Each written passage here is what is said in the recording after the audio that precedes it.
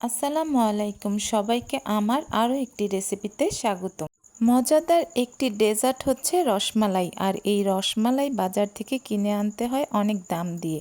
যদি ঘরেই তৈরি করে নেওয়া যায় রসমালাই, তাহলে আর বাজার থেকে কিনে আনতে হবে না।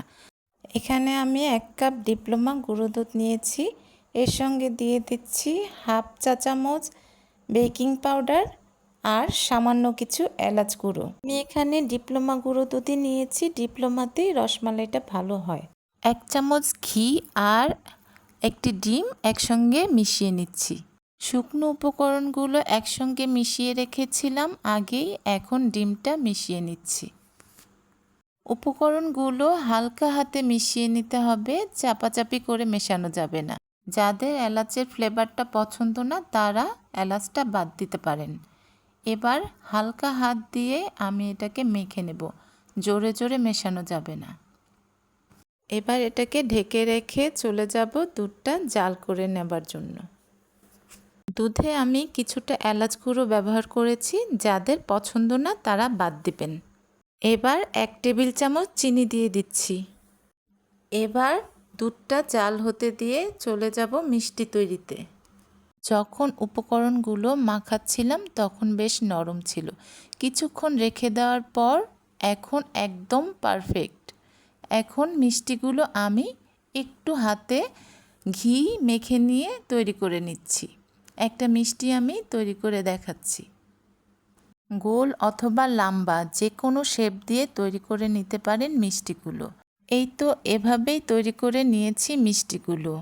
1 কাপ গুঁড়ো দুধে আমি 14টা মিষ্টি তৈরি করেছি। এখানে দুধটা ফুটতে শুরু করেছে আর ফুটন্ত দুধে আমি মিষ্টিগুলো দিয়ে দেব। এই সময় চুলোর আঁচটা হাই হিটেই রাখতে হবে।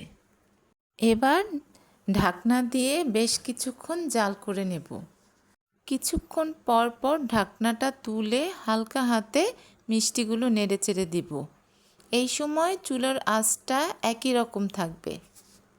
দুধটা জাল করে বেশ কিছুটা ঘন করে নেব। একটু পর পর মিষ্টিগুলো নেড়ে দেব। ঢাকনা দিয়ে বেশ কিছুক্ষণ আবার জাল করে নেব। দুধটা কিছুটা ঘন হয়ে এলে আমি এর মধ্যে 1 টেবিল চামচ কনডেন্স মিল্ক মিশিয়ে দেব। ভালো করে নেড়ে ঢাকনা দিয়ে বেশ কিছুক্ষণ জাল করে নেব। এবার ঢাকনাটা তুলে মিষ্টিগুলো একটা প্লেটে উঠিয়ে নেব। 1 লিটার দুধের মধ্যে 4 কাপ পানি দিয়ে মিষ্টিগুলো দুধে 20 মিনিট ধরে ফুটিয়ে নিয়েছি।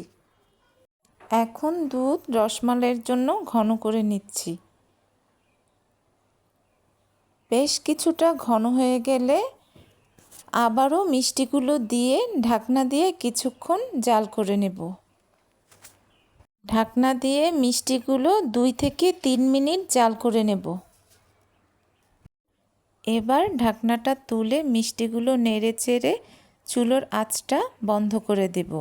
চুলো থেকে নামিয়ে মিষ্টিগুলো ঠান্ডা হতে দেব।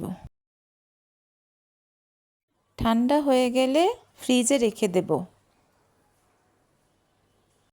এই তো তৈরি হয়ে গেল আমার মজাদার স্বাদের রসমালাই। ঝামেলা ছাড়াই ঘরেই তৈরি করে নিতে পারেন এই রসমালাইয়ের ডেজার্টটি। এই রেসিপি এতটাই সহজ যে কেউ তৈরি করে নিতে পারেন। আমি যেভাবে এখানে রসমালাই তৈরি করে দেখিয়েছি ঠিক একইভাবে যদি রসমালাইটা তৈরি করে নেন তাহলে বাজারের কেনা রসমালাইয়ের মতোই হবে। কেউ বুঝতেই পারবে না এটা আপনার ঘরে তৈরি রসমালাই। আমার আজকের রেসিপি যদি ভালো লেগে থাকে তাহলে লাইক, কমেন্ট, শেয়ার এবং সাবস্ক্রাইব করে আমার পাশে থাকবেন। একটা রসমালাই আমি কেটে দেখাচ্ছি এটা কতটা সফট হয়েছে।